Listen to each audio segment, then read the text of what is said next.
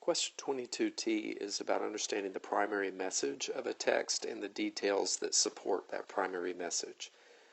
It reads, in which line does the author use alliteration to support the primary message of the selection? This idea of alliteration is important, but the idea of the primary message is more important. We need to know what alliteration is so that we can be 100% confident in our answer. So we're going to look it up and find that alliteration is repetition. And you have a dictionary with you at all times, of course, of the initial consonant sound. And sometimes the dictionary gives us definitions that includes words that we also don't know. So we would need to look up, if necessary, repetition, initial, and consonant, and realize that that just means to repeat the first sound that's not a vowel that a word may begin with. And that's important for us here really just to confirm our answer. But understanding the primary message is the key thing. So I have a pre-annotated passage just like you would. Before you've worked with the questions, you've gone through and done your associations and your main ideas. And it's through understanding these associations and main ideas and then going back into the passage and trying to find the details that support them that we're going to come up with a primary message or the thing that the author would like us to learn about this passage or learn from reading this passage. So I'm going to look at the associations I have in this abridged or shortened version of the text. I have that this author is eager to please when she's young, that even though she's lost her hearing, she's independent and she's confident, she's determined, and in the end, with her hearing loss, she's creative, she's optimistic and positive, and she's very proactive in her life. So in other words, she may have lost her hearing, but she doesn't let that hold her back. And in fact, she finds ways that her hearing can be, her lack of hearing can be something positive in her life, and that can help her understand the world in ways that other people don't, and that can help her to be of assistance to other people and to help them in understanding the world also. So when I look at my answer choices, I'm looking for an answer choice that aligns with these associations that I've come up with that deal with the primary message of the passage or what I'm supposed to learn. So answer choice A, for the first time I felt unequal, disadvantaged, and disabled.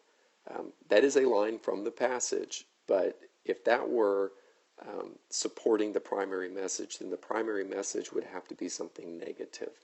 And what I see is that the primary message in this passage is very positive about having a disability. So I'm going to eliminate answer choice A because it's negative, and I want a primary message that's positive. B, I listened hard until I heard a faint, unbird-like croaking sound.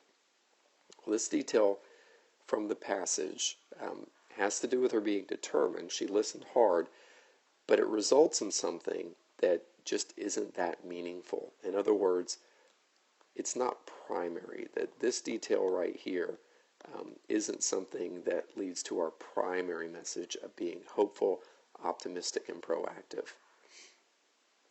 So answer choice C, songs imagined are as sweet as songs heard, and songs shared are sweeter still.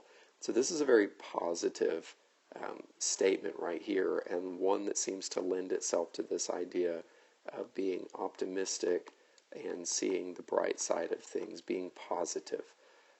So I like C, and I'm going to compare it to D. I imagined capering bullmen, and I was disappointed to learn that all we had in the garden were overgrown baby tears. Okay? This idea of being disappointed to learn right here seems to be mostly negative, and again, I want a positive primary message. So I like C better than I like D. So now the last thing I have to do to make sure that C is my correct answer is to go back to this idea of alliteration, this literary term that I'm given, and make sure that what I'm seeing matches up and contains this idea of alliteration so that I can be confident. So C, songs imagined are as sweet as songs heard, and songs shared are sweeter still. And I go back to my definition. Repetition of the first consonant sound. So do I have repetition of the first consonant sound in answer choice C? It doesn't have to be every word, but there has to be some strings of words where that's repeated. Songs imagined are as sweet as songs heard, and songs shared are sweeter still. So I have three pairs of words that are very close together where this S, which is a consonant S sound, is repeated. So I have alliteration, I have a positive primary message. I'm 100% sure that C is my correct answer. I want you to go to page 18 and answer 23S on your own to go through the same thinking process to come up with an answer that supports a primary message.